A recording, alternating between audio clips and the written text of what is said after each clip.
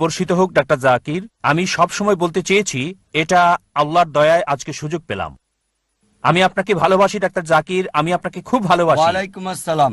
আপনার উপর ধন্যবাদ। শান্তি বর্ষিত হোক ভাই। আমিও আপনাকে ভালোবাসি ভাই।